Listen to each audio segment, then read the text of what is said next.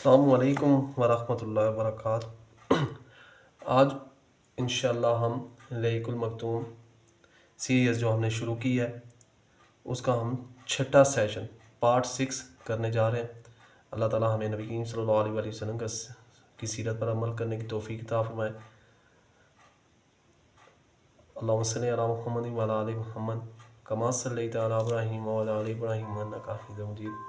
اللہم بارک علی محمد وعلی آل محمد کما بارکت علی ابراہیم وعلی آل ابراہیم انک حمید مجید۔ جفا کشی کی زندگی۔ انفان شباب میں رسول اللہ صلی اللہ علیہ وسلم کا کوئی معین کام نہ تھا، البتہ یہ خبر متواتر سے ہے کہ آپ صلی اللہ علیہ وسلم بکریاں چلاتے تھے۔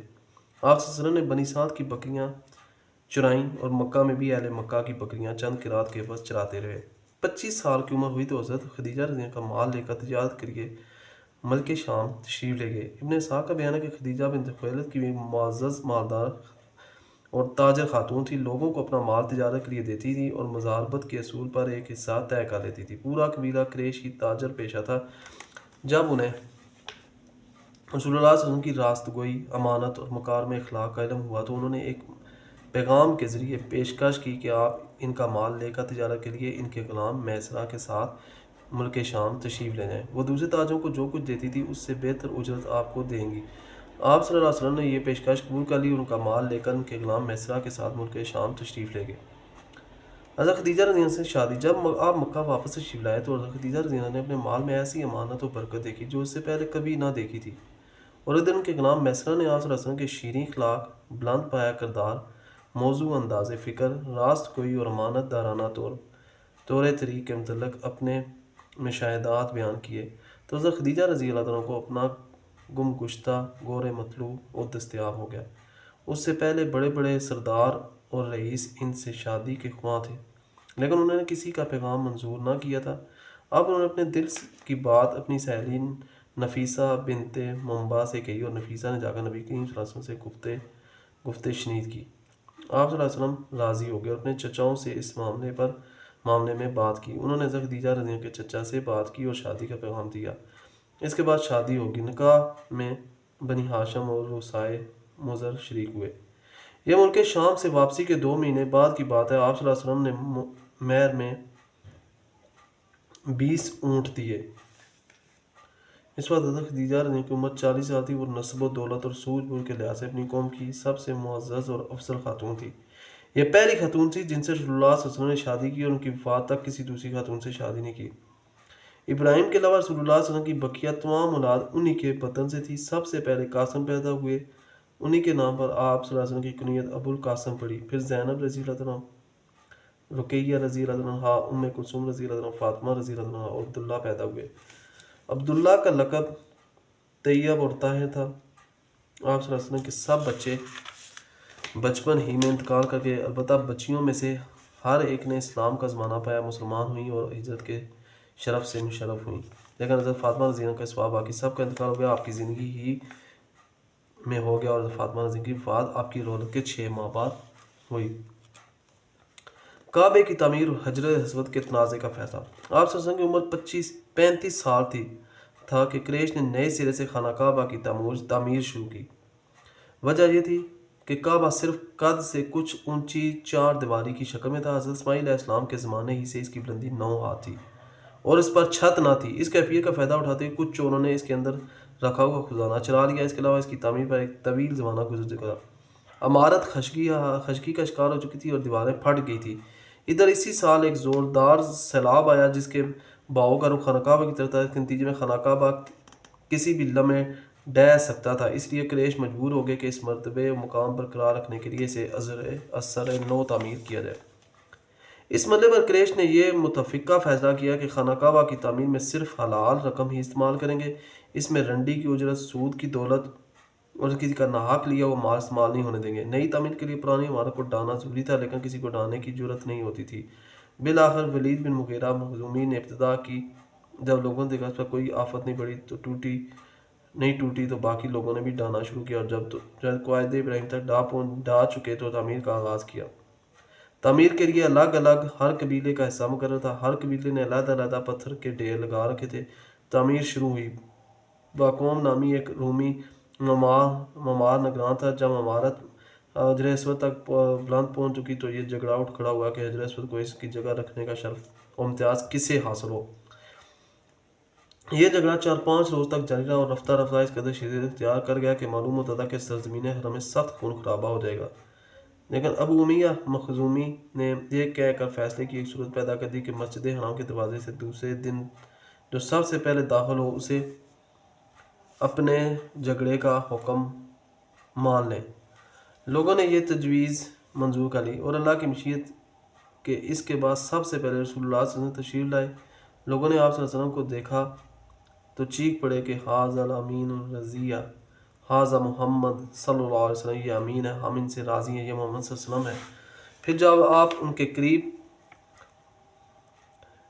پہنچے اور انہوں نے آپ صلی اللہ علیہ وسلم کو معاملے کی تفصیل بتائی تو آپ صلی اللہ علیہ وسلم نے ایک چادر طلب کی، بیچ میں حجر اسود رکھا اور متنازع قبائل کے سرداروں سے کہا کہ آپ سب حضرات چادر کا کنارہ پکڑ کر اوپر اٹھائیں۔ انہوں نے ایسا ہی کیا۔ جب چادر حجر اسود کے مقام تک پہنچ گئی تو آپ صلی اللہ علیہ وسلم نے اپنے دست مبارک سے حجر اسود کو اس کی مقررہ جگہ پر رکھ دیا۔ بڑا معقول فیصلہ تھا، اس پر ساری قوم راضی ہوگی۔ ادھر قریش کے پاس مال حلال کی کمی پڑ گئی، اس لیے انہوں نے شمال کی طرف سے کعبہ کی لمبائی تقریباً 6 ہاتھ کم کر دی۔ یہی ٹکڑا حجر اور عتیم کہلاتا ہے۔ اس دفعہ قریش نے کعبے کا دروازہ زمین سے خاصا بلند کر دیا تاکہ اس میں وہی شخص داخل ہو سکے جسے وہ اجازت دیں۔ جب دیواریں 15 ہاتھ بلند ہو گئی تو اندر 6 ستون کھڑے کر کے اوپر سے چھت ڈال دی گئی اور کعبہ اپنی تکمیل کے بعد قریب قریب چوکور شکل کا ہو گیا۔ اب خانہ کعبہ کی بلندی 15 میٹر ہے۔ حجر اسود والی دیوار، اس کے سامنے کی دیوار یعنی جنوبی اور شمالی دیواریں 10-10 میٹر ہیں۔ حجر اسود مطاف کی زمین سے 1.5 میٹر کی بلندی پر ہے اور دروازے والی دیوار، اس کے سامنے کی دیوار یعنی پورب اور بچن کی دیواریں 12 میٹر ہیں۔ دروازہ زمین سے 2 میٹر بلند ہے۔ دیوار کے گرد نیچے ہر 4 جانب سے ایک بڑے ہوئے کرسی نما ضلع کا گھیرا ہے جس کی اوسط اونچائی 25 سینٹی میٹر اور اوسط چوڑائی 30 سینٹی میٹر ہے۔ اسے شاذ روان کہتے ہیں۔ یہ بھی دراصل بیت اللہ کا جزو ہے لیکن قریش نے اسے بھی چھوڑ دیا۔ نبوت سے پہلے کی اجمالی سیرت۔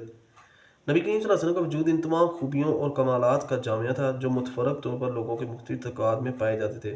آپ صلی اللہ علیہ وسلم اصابت فکر، دوربینی اور حق پسندی کا بلند معیار تھے۔ آپ صلی اللہ علیہ وسلم کو حسن فراست، پختگی فکر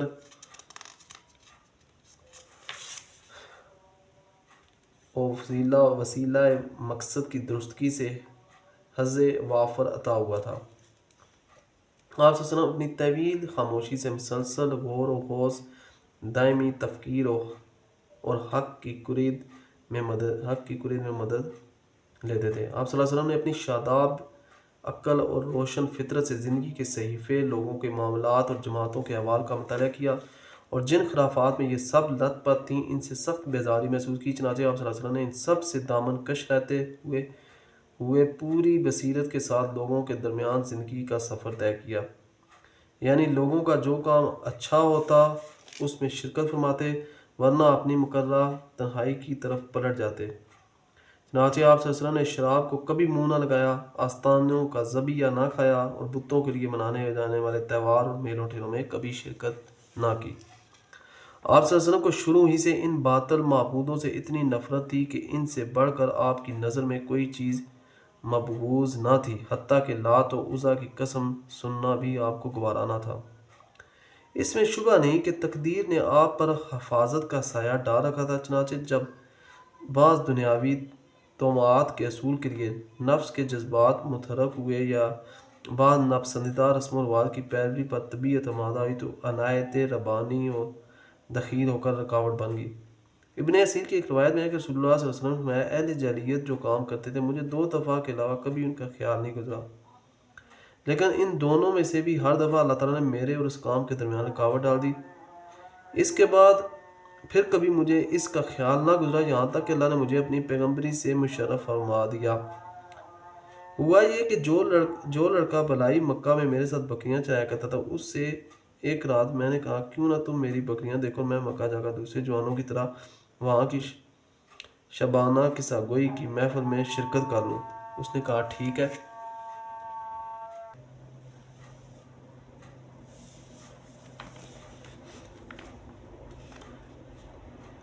اس سے ایک رات میں نے کہا کیوں نہ تم میری بکریاں دیکھو، میں مکہ جا کر دوسرے جوانوں کی طرح وہاں کی شبانہ قصہ گوئی کی محفل میں شرکت کروں۔ اس نے کہا ٹھیک ہے۔ اس کے بعد میں نکلا اور ابھی مکہ کے پہلے ہی گھر کے پاس پہنچا تھا کہ باجے کی آواز سنائی پڑی۔ میں نے دریافت کیا کہ کیا ہے؟ لوگوں نے بتایا کہ فلاں کی فلاں سے شادی ہے۔ میں سننے بیٹھ گیا اور اللہ نے میرا کان بند کر دیا اور میں سو گیا۔ پھر سورج کی تمازت تپش ہی سے میری آنکھ کھلی اور میں اپنے ساتھی کے پاس واپس چلا گیا۔ اس کے پوچھنے پر میں نے تفصیلات بتائیں۔ اس کے بعد ایک رات پھر میں نے یہی بات کہی اور مکہ پہنچا تو پھر اسی رات کی طرح کا واقعہ پیش آیا اور اس کے بعد پھر کبھی غلط ارادہ نہ ہوا۔ صحیح بخاری میں حضرت جابر بن عبداللہ رضی اللہ عنہ سے مروی ہے کہ جب کعبہ تعمیر کیا گیا تو نبی صلی اللہ علیہ وسلم اور عباس رضی اللہ عنہ پتھر ڈھو رہے تھے۔ حضرت عباس رضی اللہ عنہ نے نبی کریم صلی اللہ علیہ وسلم سے کہا اپنا توبند اپنے کندھے پر رکھ لے، پتھر سے حفاظت رہے گی۔ لیکن جو ہی آپ صلی اللہ علیہ وسلم نے ایسا کیا کہ آپ صلی اللہ علیہ وسلم زمین پر جا گرے، نگاہیں آسمان کی طرف اٹھ گئیں، افاقہ ہوتے ہی آواز گئی میرا تیبند، میرا تیبند، اور آپ کا تیبند آپ کو باندھ دیا گیا۔ نبی صلی اللہ علیہ وسلم اپنی قوم میں شیریں کردار، فاضلانہ اخلاق اور کریمانہ عادات کے لحاظ سے ممتاز تھے، چنانچہ آپ سب سے زیادہ بامروت، سب سے خوش اخلاق، سب سے معزز ہمسایہ، سب سے بڑھ کر دور اندیش، سب سے زیادہ راست کو، سب سے نرم پہلو، سب سے زیادہ پاک نفیس، خیر میں سب سے زیادہ کریم، سب سے نیک عمل، سب سے بڑھ کر پابند عہد اور سب سے بڑے امانت دار تھے، حتیٰ کہ آپ کی قوم نے آپ کا نام ہی امین رکھ دیا کیونکہ آپ حوالے صالح اور خصوصاً حمیدہ کا پیکر تھے، جیسا کہ حضرت خدیجہ رضی اللہ عنہا کی شہادت ہے۔ آپ صلی اللہ علیہ وسلم درد ماندوں کا بوجھ اٹھاتے تھے، تئی دستوں کا بندوبست فرماتے تھے، مہمان کی میزبانی کرتے اور مصائب حق میں عنایت فرماتے تھے۔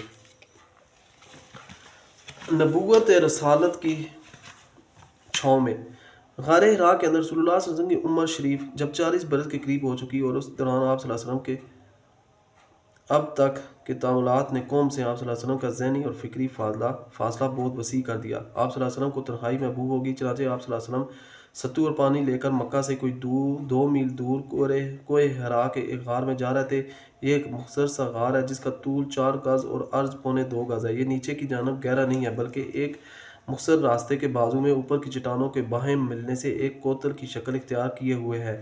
آپ صلی اللہ علیہ وسلم جب یہاں تشریف لے جاتے تو حضرت خدیجہ رضی اللہ عنہا بھی آپ صلی اللہ علیہ وسلم کے ہمراہ ہوتی اور قریب ہی کسی جگہ موجود رہتی۔ آپ صلی اللہ علیہ وسلم رمضان بھر اس غار میں قیام فرماتے، آنے جانے والے مسکینوں کو کھانا کھلاتے اور بقیہ اوقات اللہ تعالیٰ کی عبادت میں گزارتے، کائنات کے مشاہد اور اس کے پیچھے کارفرما قدرت نادرہ پر غور فرماتے۔ آپ صلی اللہ علیہ وسلم کو اپنی قوم کے لچر لوچ شرکیہ عقائد و واہیات تصورات پر بالکل اطمینان نہ تھا، لیکن آپ صلی اللہ علیہ وسلم کے سامنے کوئی واضح راستہ، معین طریقہ اور افراط تفریحات سے ہٹی ہوئی کوئی ایسی راہ نہ تھی جس پر آپ صلی اللہ علیہ وسلم اطمینان و اشتراک قلب کے ساتھ رواں دواں ہو سکتے۔ نبی صلی اللہ علیہ وسلم کی یہ تنہائی پسندی بھی در حقیقت اللہ تعالیٰ کی تدبیر کا ایک حصہ تھی۔ اس طرح اللہ تعالیٰ آپ صلی اللہ علیہ وسلم کو آنے والے کار عظیم کے لیے تیار کر رہے تھے۔ در حقیقت جس روح کے لیے بھی یہ مقدر ہوا کہ وہ انسانی زندگی کے حقائق پر اثر انداز ہو کہ ان کا رخ بدل ڈالے، اس کے لیے ضروری ہے کہ زمین کے مشاغل، زندگی کے شعور اور لوگوں کے چھوٹے چھوٹے ہم و غم کی دنیا سے کٹ کر کچھ عرصے کے لیے الگ تھلگ اور خلفت نشین رہے۔ ٹھیک اسی سنت کے مطابق جب اللہ تعالیٰ نے محمد صلی اللہ علیہ وسلم کو امانت کبریٰ کا بوجھ اٹھانے، روح زمین کو بدلنے اور خط تاریخ کو موڑنے کے لیے تیار کرنا چاہا تو رسالت کی ذمہ داری عائد کرنے سے 3 سال پہلے آپ صلی اللہ علیہ وسلم کی خلوت نشینی مقرر کر دی۔ آپ صلی اللہ علیہ وسلم اس خلوت میں 1 ماہ تک کائنات کی آزاد روح کے ساتھ ہم سفر رہتے اور اسی وجود کے پیچھے چھپے ہوئے غیب کے اندر تدبر فرماتے تاکہ جب اللہ تعالیٰ کا اذن ہو تو اس غیب کے ساتھ تعامل کے لیے مستعد رہیں۔ جبرائیل علیہ السلام بھائی لاتے ہیں جب آپ صلی اللہ علیہ وسلم کی عمر 40 برس ہوگی اور یہی سن کمال ہے اور کہا جاتا ہے کہ یہی پیغمبروں کی بعثت کی عمر ہے، تو زندگی کے افق کے پار سے آتا آثار نبوت چمکنا اور جگمگانا شروع ہوئے۔ یہ آثار خواب تھے۔ آپ صلی اللہ علیہ وسلم جو بھی خواب دیکھتے وہ سپیدہ صبح کی طرح نمودار ہوتا۔ اسی حالت پر 6 ماہ کا عرصہ گزر گیا جو مدت نبوت کا چھٹا 46واں حصہ ہے اور کل مدت نبوت 23 برس ہے۔ اس کے بعد جب حرا میں خلوت نشینی کا 30واں سال آیا تو اللہ تعالیٰ نے چاہا کہ روح زمین کے باشندوں پر اس کی رحمت کا فیضان ہو، چنانچہ اس نے آپ صلی اللہ علیہ وسلم کو نبوت سے مشرف کیا، اور حضرت جبرائیل علیہ السلام کو قرآن مجید کی چند آیات لے کر آپ صلی اللہ علیہ وسلم کے پاس تشریف لائے۔ دلائل و قرآن پر ایک جامع نگاہ ڈال کر حضرت جبرائیل علیہ السلام تشریف آوری کے اس واقعے کی تاریخ متعین کی جا سکتی ہے۔ ہماری تحقیق کے مطابق یہ واقعہ رمضان المبارک کی 21 تاریخ کو دوشنبہ کی رات میں پیش آیا۔ اس روز اگست کی 10 تاریخ تھی اور 610 تھا۔ قمری حساب سے نبی کریم صلی اللہ علیہ وسلم کی عمر 40 برس 6 مہینے 12 دن اور شمسی حساب سے 39 سال 3 مہینے 22 دن تھی۔ آئیے اب ذرا حضرت عائشہ رضی اللہ عنہ کی زبانی اس واقعے کی تفصیلات سنیں۔ یہ انوار لاہات کا ایک ایسا شعلہ تھا جس سے کفر و ضلالت کی تاریکیاں چھٹتی چلی گئیں، یہاں تک کہ زندگی کی رفتار بدل گئی اور تاریخ کا رخ پلٹ گیا۔ حضرت عائشہ رضی اللہ عنہ فرماتی ہے رسول اللہ صلی اللہ علیہ وسلم پر وحی کی ابتدا نیند میں اچھے خواب سے ہوئی۔ آپ صلی اللہ علیہ وسلم جو بھی خواب دیتے تھے وہ سپیدہ صبح کی طرح نمودار ہوتا تھا، پھر آپ صلی اللہ علیہ وسلم کو تنہائی محبوب ہوگی۔ آپ صلی اللہ علیہ وسلم غار حرا میں خلوت اختیار فرماتے اور کئی رات گھر تشریف لائے بغیر مصروف عبادت رہتے۔ اس کے لیے آپ صلی اللہ علیہ وسلم کو توشہ لے جاتے، پھر توشہ ختم ہونے پر خدیجہ رضی اللہ کے پاس واپس آتے اور تقریباً اتنے ہی دنوں کے لیے پھر توشہ لے جاتے، یہاں تک کہ آپ صلی اللہ علیہ وسلم کے پاس حق آیا اور آپ صلی اللہ علیہ وسلم غار حرا میں تھے، یعنی آپ صلی اللہ علیہ وسلم کے پاس فرشتہ آیا، اس نے کہا پڑھو۔ آپ صلی اللہ علیہ وسلم میں پڑھا ہوا نہیں ہوں۔ آپ صلی اللہ علیہ وسلم فرماتے ہیں کہ اس پر اس نے مجھے پکڑ کر اس زور سے دبایا کہ میری قوت نچوڑ دی، پھر چھوڑ کر کہا پڑھو۔ میں نے کہا میں پڑھا ہوا نہیں ہوں۔ اس نے دوبارہ پکڑ کر دبوچا، پھر چھوڑ کر کہا پڑھو۔ میں نے پھر کہا میں پڑھا ہوا نہیں ہوں۔ اس نے تیسری بار پکڑا اور دبوچا، پھر کہا چھوڑ کر کہا اقرأ بسم ربک الذی خلق خلق الانسان من علق اقرأ وربک الاکرم، پڑھو اپنے رب کے نام سے جس نے پیدا کیا انسان کو لوتھڑے سے پیدا کیا، پڑھو اور تمہارے رب نہایت کریم ہے۔ ان آیات کے ساتھ رسول اللہ صلی اللہ علیہ وسلم پلٹے۔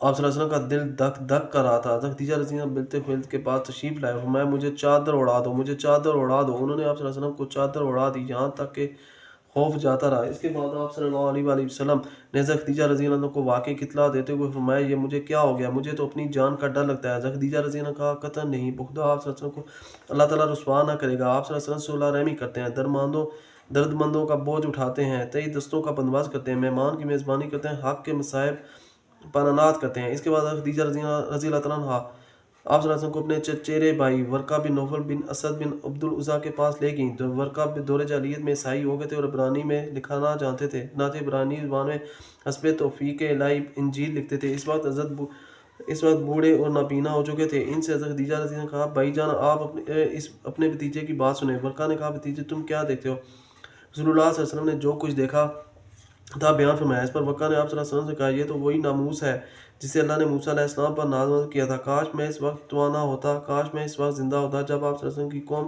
آپ صلی اللہ علیہ وسلم کو نکال دے گی۔ رسول اللہ صلی اللہ علیہ وسلم نے اچھا تو کیا یہ لوگ مجھے نکال دیں گے؟ ورقہ نے کہا ہاں، جب بھی کوئی آدمی اس طرح کا پیغام لایا جیسا تم لائے ہو تو اس سے ضرور دشمنی کی گئی، اگر میں نے تمہارا زمانہ پا لیا تو تمہاری زبردست مدد کروں گا۔ اس کے بعد ورقہ جلد ہی فوت ہو گئے اور وحی رک گئی۔ طبی اور ابن شام کی روایت سے معلوم ہوتا ہے کہ آپ صلی اللہ علیہ وسلم اچانک وحی کی آمد کے بعد غار حرا سے نکلے تو پھر واپس آ کر اپنی بقیہ مدت قیام پوری کی۔ اس کے بعد مکہ تشریف لائے۔ طبری کی روایت میں ہے کہ آپ کے نکلنے کے سبب پر بھی روشنی پڑتی ہے۔ روایت میں رسول اللہ صلی اللہ علیہ وسلم وحی کی آمد کا تذکرہ کرتے ہوئے فرمایا اللہ کے مخلوق میں شاعر اور پاگل سے بڑھ کر میرے نزدیک کوئی قابل نفرت نہ تھا، میں شدت نفرت سے ان کی طرف دیکھنے کی تاب نہ رکھتا تھا۔ اب جو وحی آئی تو میں نے اپنے جی میں کہا کہ یہ نکارہ یعنی خود آپ شاعر یا پاگل ہے، میرے بارے میں قریش ایسی بات کبھی نہ کہہ سکیں گے۔ میں پہاڑ کی چوٹی پر جا رہا ہوں، وہاں سے اپنے آپ کو نیچے لڑکھڑا دوں گا اور اپنا خاتمہ کر لوں گا، ہمیشہ کے لیے رات پا جاؤں گا۔ آپ صلی اللہ علیہ وسلم فرماتے ہیں کہ میں یہی سوچ کر نکلا، جب بیچ پہاڑ پہنچا تو آسمان سے ایک آواز سنائی دی، اے محمد صلی اللہ علیہ وسلم تم اللہ کے رسول ہو اور میں جبرائیل ہوں۔ آپ صلی اللہ علیہ وسلم کہتے ہیں کہ میں نے آسمان کی طرف اپنا سر اٹھایا، دیکھا تو جبرائیل علیہ السلام ایک آدمی کی شکل میں افق کے اندر پاؤں جمائے ہوئے کھڑے ہیں اور کہہ رہے ہیں اے محمد صلی اللہ علیہ وسلم تم اللہ کے رسول ہو، میں جبرائیل ہوں۔ آپ صلی اللہ علیہ وسلم فرماتے ہیں میں وہیں ٹھہر کر جبرائیل علیہ السلام کو دیکھنے لگا اور اس شغل نے مجھے میرے ارادے سے غافل کر دیا۔ اب میں نہ آگے جا رہا تھا نہ پیچھے، البتہ اپنا چہرہ آسمان کے افق پر گھما رہا تھا اور اس کے جس گوشے پر بھی میری نظر پڑتی جبرائیل علیہ السلام اسی طرف دکھائی دیتے تھے۔ میں مسلسل کھڑا رہا، نہ آگے بڑھ رہا تھا نہ پیچھے، یہاں تک کہ خدیجہ رضی اللہ عنہا نے میری تلاش میں اپنے قاصد بھیجے، وہ مکہ تک جا کر پلٹ آئے، لیکن میں اپنی جگہ کھڑا رہا۔ پھر جبرائیل علیہ السلام چلے گئے اور میں بھی اپنے اہل خانہ کی طرف پلٹ آیا۔ خدیجہ رضی اللہ کے پاس پہنچ کر ان کی ران کے پاس انہیں پر ٹیک لگا کر بیٹھ گیا۔ انہوں نے کہا ابو القاسم آپ صلی اللہ علیہ وسلم کہاں تھے؟ خدا میں نے آپ صلی اللہ علیہ وسلم کی تلاش میں آدمی بھیجے اور وہ مکہ تک جا کر واپس آ گئے۔ اس کے جواب میں نے جو کچھ دیکھا انہیں بتایا۔ انہوں نے کہا چچا کے بیٹے آپ خوش ہو جائیے اور ثابت قدم رہیے، اس ذات کی قسم جس کے قبضے میں میری جان ہے، میں امید کرتی ہوں آپ صلی اللہ علیہ وسلم اس امت کے نبی ہوں گے۔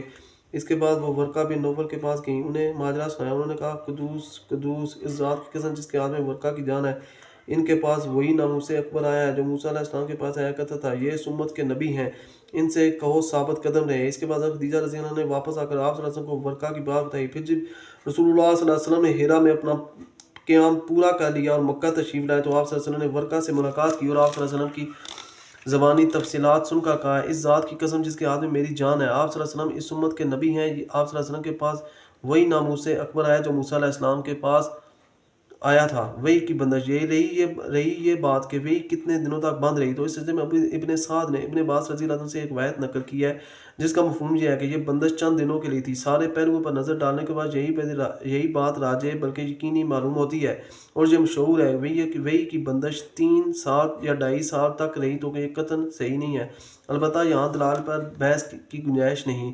وہی کی اس بندش کے عرصے رسول اللہ صلی اللہ علیہ وسلم حزین و غمگین رہے اور آپ پر حیرت و استجاب طاری رہا۔ چنانچہ صحیح بخاری کی کتاب التعبیر کی روایت میں ہے کہ وہی بند ہوگی جس سے رسول اللہ صلی اللہ علیہ وسلم اس قدر غمگین ہو گئے کہ کئی بار بلند و بالا پہاڑ کی چوٹیوں پر تشریف لے گئے، وہاں سے لڑک جائیں، لیکن جب کسی پہاڑ کی چوٹی پر پہنچتے اپنے آپ کو لڑکھڑا لیں تو جبرائیل علیہ السلام نمودار ہوتے ہیں، فرماتے ہیں محمد صلی اللہ علیہ وسلم آپ اللہ کے رسول پر حق ہیں، اور اس کی وجہ سے آپ کا اضطراب تھم جاتا، نفس کو قرار آ جاتا اور آپ واپس آ جاتے۔ پھر جب آپ صلی اللہ علیہ وسلم پر وحی کی بندش طول پکڑ جاتی تو آپ پھر اس جیسے کام کے لیے نکلے، لیکن جب پہاڑ کی چوٹی پر پہنچتے تو حضرت جبرائیل علیہ السلام نمودار ہو کر پھر وہی بات دہراتے، جبرائیل علیہ السلام دوبارہ وہی لاتے تھے۔ حافظ ابن حجر فرماتے ہیں کہ یعنی وہی کی چند روزہ بندش اس لیے تھی کہ آپ صلی اللہ علیہ وسلم پر جو خوف طاری ہو گیا تھا وہ رخصت ہو جائے اور دوبارہ وہی کی آمد کا شوق و انتظار پیدا ہو جائے۔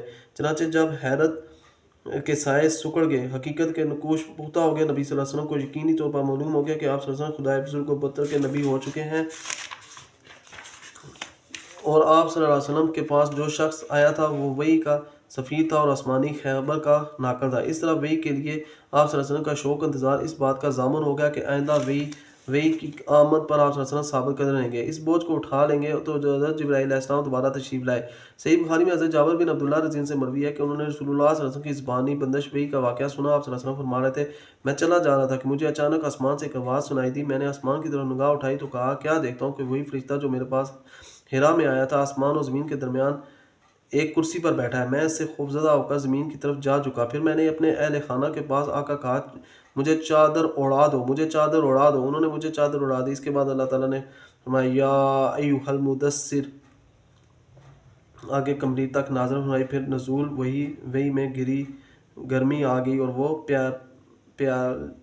پہ نازل ہونے لگے، وہ نازل فرمائی، پھر نزول وحی میں گرمی آ گئی اور وہ پھر نازل ہونے لگی۔ وحی کی اقسام۔ اب ہم سلسلہ بیان سے ذرا ہٹ کر یعنی رسالت نبوت کی حیات مبارکہ کی تفصیلات شروع کرنے سے پہلے وحی کی اقسام ذکر کر دینا چاہتے ہیں، کیونکہ یہ رسالت کا مقصد مصدر اور دعوت کی کمک ہے۔ علامہ ابن قیم رحمۃ اللہ علیہ نے وحی کے حسب ذیل مراتب ذکر کیے ہیں۔ سچا خواب، اسی سے نبی کریم صلی اللہ علیہ وسلم کے پاس وحی کی ابتدا ہوئی۔ فرشتہ آپ صلی اللہ علیہ وسلم کو دکھائی دیے، پھر بغیر آپ کے دل میں بات ڈال دیتا تھا۔ فرشتہ آپ صلی اللہ علیہ وسلم کو دکھائی دیے بغیر آپ کے دل میں بات ڈال دیتا تھا۔ مثلا نبی صلی اللہ علیہ وسلم کا ارشاد ہے روح القدس نے میرے دل میں یہ بات پھونکی کہ کوئی نفس مر نہیں سکتا یہاں تک کہ اپنا رزق پورا حاصل کر لے۔ میں پس اللہ سے ڈرو اور طلب میں اچھائی اختیار کرو اور رزق کی تاخیر تمہیں اس بات پر آمادہ نہ کرے، تم اسے اللہ کی معصیت کے ذریعے تلاش کرو، کیونکہ اللہ کے پاس جو کچھ ہے وہ اس کی اطاعت کے بغیر حاصل نہیں کیا جا سکتا۔ فرشتہ نبی صلی اللہ علیہ وسلم کے لیے آدمی کی شکل اختیار کر کے آپ صلی اللہ علیہ وسلم کو مخاطب کرتا اور پھر جو کچھ وہ کہتا اسے آپ صلی اللہ علیہ وسلم یاد کر لیتے۔ اسی صورت میں کبھی کبھی صحابہ رضی اللہ عنہم بھی فرشتے کو دیکھتے تھے۔ آپ صلی اللہ علیہ وسلم کے پاس وہی گھنٹی نے کے ٹن ٹنانے کی طرح آتی تھی۔ وہی کی یہ سب سے سخت صورت ہوتی ہے۔ اس صورت میں فرشتہ آپ صلی اللہ علیہ وسلم سے ملتا تھا، وہی آتی تھی تو سخت جاڑے کے زمانے میں آپ صلی اللہ علیہ وسلم کی پیشانی سے پسینہ پھوٹ پڑتا تھا۔ آپ صلی اللہ علیہ وسلم اونٹنی پر سوار ہوتے تھے، وہ زمین پر بیٹھ جاتی۔ ایک بار اس طرح وہی ہے کہ آپ صلی اللہ علیہ وسلم کی ران حضرت زید بن ثابت رضی اللہ کی ران پر تھی تو ان پر اس قدر گراں بار ہوئی کہ معلوم ہوتا کہ ران کچل جائے گی۔ آپ صلی اللہ علیہ وسلم فرشتوں کو اس کی اصلی اور پیدائشی شکل میں دیکھتے تھے اور اسی حالت میں وہ اللہ تعالیٰ کی حسب معیشت آپ صلی اللہ علیہ وسلم کی طرف وحی کرتا تھا۔ یہ صورت آپ صلی اللہ علیہ وسلم کے ساتھ 2 مرتبہ پیش آئی جس کا ذکر اللہ تعالیٰ نے سورہ نجم میں فرمایا ہے۔ وہ وہی جو آپ صلی اللہ علیہ وسلم پر معراج کی رات نماز کی فرضیت وغیرہ کے سلسلے میں اللہ تعالیٰ نے اس وقت فرمائی جب آپ صلی اللہ علیہ وسلم آسمانوں کے اوپر تھے۔ فرشتے کے واسطے کے بغیر اللہ تعالیٰ نے کی آپ صلی اللہ علیہ وسلم سے حجاب میں رہ کر براہ راست گفتگو، جیسے اللہ تعالیٰ نے موسیٰ علیہ السلام کی گفتگو فرمائی تھی۔